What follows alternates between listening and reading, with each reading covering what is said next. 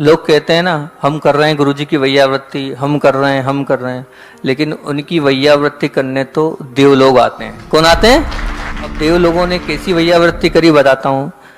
पूज्य गुरुदेव, डोंगरगढ़ चातुर्मास की बात है, 10 लक्षण में गुरुदेव का स्वास्थ्य थोड़ा खराब हुआ, तो क्योंकि गुरुदेव को 103, 104 तक बुखार आ गया। हम सब लोग कर रहे थे तमाम उपचार, सब कुछ कर लिया, बड़े बड़े वैद्य, बड़े बड़े डॉक्टर लगे थे, लेकिन वो बुखार जो था वो कंट्रोल नहीं हो रहा था।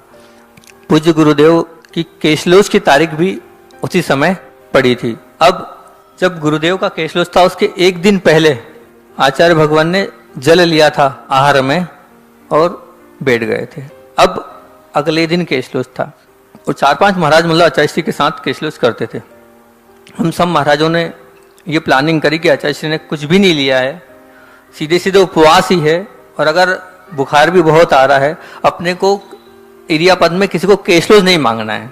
सबने तय कर लिया ठीक है, केशलोच नहीं मांगना है, अच्छी बात है।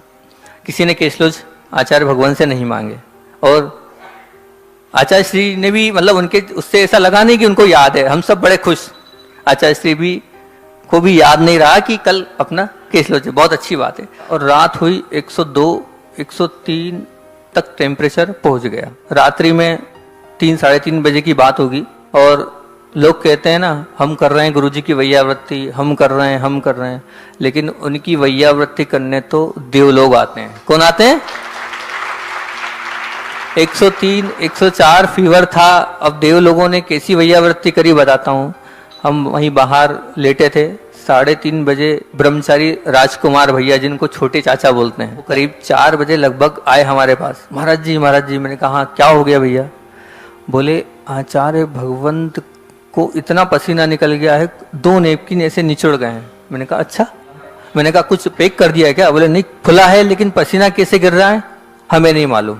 मैं स्वयं गया, वहां जाके देखा कि वास्तविकता में अपने आप कैसे हो रहा है वो, ये तो मैं नहीं जानता, लेकिन वो 2 नेपकिन तो निश्चित तौर से जो है वो गीली हो गई, तब ने मतलब पसीना निकल रहा है।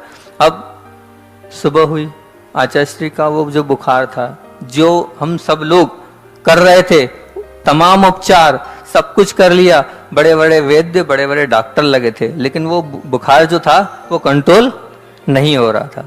लेकिन कहाँ फीवर, कैसे फीवर चले गया मैं भी नहीं जानता। सुबह होने के बाद आचार्य भगवंत ऊपर गए। ऊपर जाने के बाद आचार्य श्री ने प्रसाद सागर जी को बुलाया और प्रसाद सागर जी से कहा राख लाओ। क्या कहा? राख लाओ।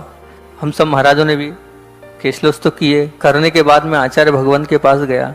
आचार्य श्री से मैंने निवेदन किया, आचार्य श्री क्या आवश्यकता थी, 1 दिन बाद केशलोच हो जाते था, 3 दिन बाद आगम में लिखा आएगा कि 3 दिन बाद तक कर सकते हैं, तो क्या बात आती, 1 दिन बाद हो जाता। आचार्य श्री बोले मैं क्या करूं, सब पूज्य गुरुदेव करा देते हैं। और था फीवर, लेकिन कहाँ फीवर, कैसे फीवर चले गया मैं भी नहीं जानता। और जैसे ही केशलोच हुए, वापस तुरंत 103 और 104 बुखार आ गया। सच्ची जिसके अंदर आस्था होती है व्रतों के प्रति, उनकी सेवा, उनकी वैयावृत्ति करने तो ऊपर से देव लोग भी आते हैं।